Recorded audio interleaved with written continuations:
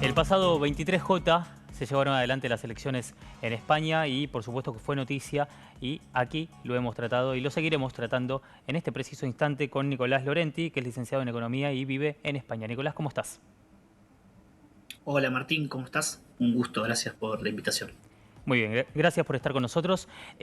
A partir de los resultados que dejaron boquiabiertos a varios, porque la realidad es que lo que se vio después de los comicios no es lo mismo que se preveía en las encuestas.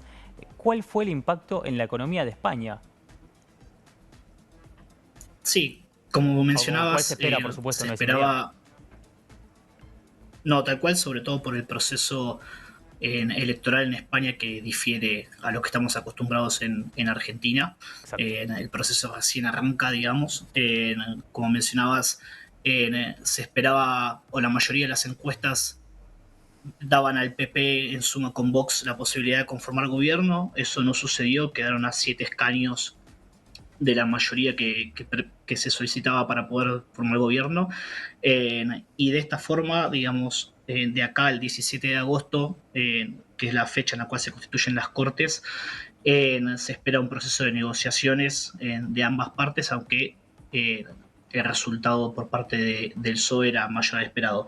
En términos económicos, la realidad es que cuando uno observa la reacción del mercado financiero, eh, por ejemplo, el bono soberano de España, 10 años, casi que no sufrió alteraciones, cayó menos de un punto el día lunes y luego revirtió esa caída. Y para poder ver otra dimensión, el índice IBEX, que es el índice principal de España, también tuvo una caída del 0,3, de 0,3 puntos en el día lunes y lo mismo en el día de hoy, pero sin grandes, digamos, alteraciones, ¿no?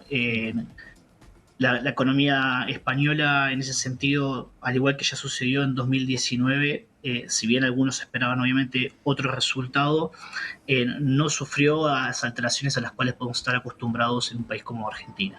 Claro, claro. Y justamente en relación a cada uno de los candidatos, o por lo menos de lo que fuiste mencionando de estos partidos del PP, el Partido Popular, el PSOE, ¿qué se esperaría en materia económica en caso de que cada uno de ellos gane? Mira, las diferencias en términos económicos, tanto del PP como Ah, del PSOE, una, sí, no, no, no, se te había entrecortado un poquitito. Ahí te escuchamos un poquito mejor, Nicolás. A ver, probemos de vuelta. bien. Te decía, la situación económica española, si bien es delicada en términos de deuda, tiene una deuda por encima de 100 puntos porcentuales y un déficit que, perdón, y un déficit que alcanza los 4,8 puntos del PIB durante el 2022.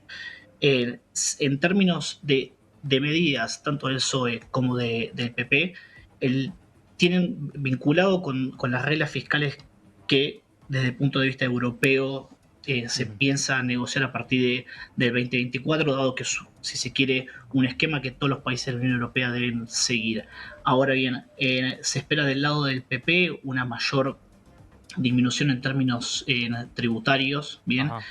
mientras que del lado del PSOE, eh, si bien hoy en día tiene una política vinculada a las subvenciones, por ejemplo, del transporte, que si uno esperaría que el PP gane, esas subvenciones se recorten, la realidad es que también la Unión Europea le ha llamado la atención al gobierno español, diciéndole que a partir del 2024 determinado tipo de subvenciones deberían disminuir.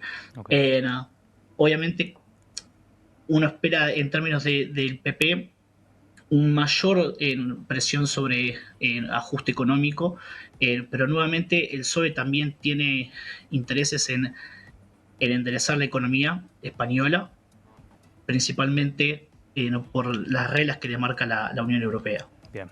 Nicolás, hablabas del PBI y de diferentes proyecciones de acuerdo a lo que se esperaría por parte de cada uno de los candidatos o de los partidos políticos en realidad. Y nos entregaste unos gráficos, a ver, señor director, si los podemos ver, así con Nicolás los podemos analizar. ¿Qué estamos viendo acá, Nicolás? Déficit 2019-2022 en Bien, el porcentaje del PBI. Contanos qué estamos viendo. exactamente. En realidad la idea era mostrar un poco la evolución del último tiempo en España y comparado con países Ujú. similares y la Unión Europea, en el cual se observa cómo la pandemia durante el 2020 incide directamente en el déficit digamos, de estos países que se muestran en cuestión, y luego a partir del 2021 y 2022 la recuperación o la disminución Bien. del déficit justamente por la disminución del gasto. Nicolás, Bien, perdón que te interrumpa. ahora bien, Te interrumpo, así la gente del otro lado entiende también lo que ve. Estamos viendo entonces una disminución en todo el gráfico prácticamente, excepto en un año solamente en Portugal, Alemania y Grecia, y tiene que ver con el 2019, ¿no? Ahora desglosanos esta sí. idea, ¿por qué se dio este panorama así? ¿Por qué se da así también? ¿Y qué pasa en España puntualmente? Principalmente, obviamente, que la economía de Grecia venía de muchos años de recuperación a posteriori de los ajustes sufridos por la crisis griega y en el marco del programa del Fondo Monetario Internacional. En el caso de Portugal también venían con una corrección en términos económicos, al igual que, bueno, en Alemania, que suele tener una posición fiscal más fuerte. Bien, La idea era mostrarles este gráfico para poder comentarles que en el caso del 2023 y 2024, en el caso de España en particular, se espera que el déficit se encuentre alrededor de los 3,5 puntos porcentuales del producto en el 2023 y en el 2024 3,2 puntos porcentuales muy del bien. producto, acercándose al límite del 3% que establecen actualmente las reglas fiscales europeas. Muy bien, muy bien. Nicolás, hablando puntualmente de lo que tiene que ver con la inflación, por ejemplo, ¿cómo se encuentra España? ¿Cuál es la expectativa para culminar este 2023 en esa materia? Bien, en términos generales, la inflación de España para el 2023 se espera que termine alrededor de 3,9%. La inflación general, porque la inflación de alimentos se encuentra actualmente por encima del 10%, ¿no? Ujú. Lo cual, dependiendo del sector social, tiene un mayor impacto, obviamente.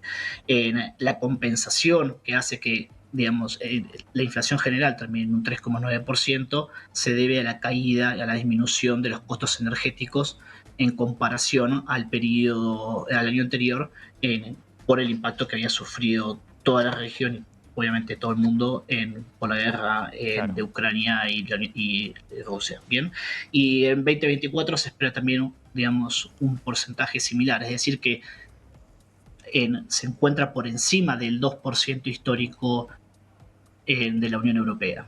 Bien.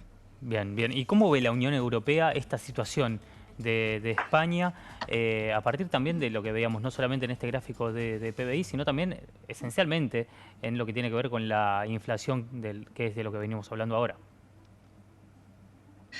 Bueno, como te mencionaba anteriormente, hay una diferencia, digamos, para culminar el 2023, en lo cual va a encontrar a España a cargo de la presidencia de la Comisión Europea, lo cual es una carta que probablemente en estos meses el actual presidente Sánchez, el primer ministro, eh, trate de mostrar, dado que el Congreso va a estar, digamos, sin funciones, salvo las funciones permanentes. Sí, Y en términos justamente de la cuestión económica, hacia el 2024, como te mencionaba al principio, las reglas fiscales vuelven a estar activas porque en este momento se encuentran inactivas por la cláusula de escape que se activó como consecuencia del COVID-2019 e incluso Europa se encuentra en pleno proceso de renovación, digamos, de actualización de estas reglas fiscales y que se debería discutir y cerrar en estos 6 meses. Por lo cual se espera que a partir del 2024 haya unas reglas fiscales que, si bien se mantienen lo que vendría a ser el déficit del 3% y la deuda del 60% en términos del ujú, PIB, va a traer nuevas medidas con una idea de que los países tengan una mayor capacidad de apropiación nacional, es decir, de mayor seguimiento, con un rol también de las instituciones fiscales independientes mayor, bien, de forma tal que las reglas fiscales ayuden a conducir una economía más sana. bien, bien. Obviamente, como también como te mencionaba al principio, Sí. No, no, culmina la idea, culminemos la idea. No, digamos, la situación económica de España no es de las mejores cuando uno evalúa, digamos, la situación de déficit, la situación de deuda. eh, es una situación compleja, bien. Por lo tanto, y Europa ha hecho llamados de atención Ujú. durante este año de la Unión Europea, eh, a España, perdón, conduciendo a España a reducir su déficit y a ajustar las medidas en términos del gasto. E incluso, bueno, vamos a ver qué resolución se toma ahora el próximo jueves, donde el Banco Central Europeo decidirá si sube las tasas, se espera que suban nuevamente las tasas de interés, lo cual también impacta en toda la economía europea, entre ellos en España. Muy bien, Nicolás, te agradezco por el tiempo. Bueno, gracias, muy amable. Será hasta pronto. Pasó Nicolás Lorenti analizando la actualidad económica de España luego de las elecciones del pasado domingo.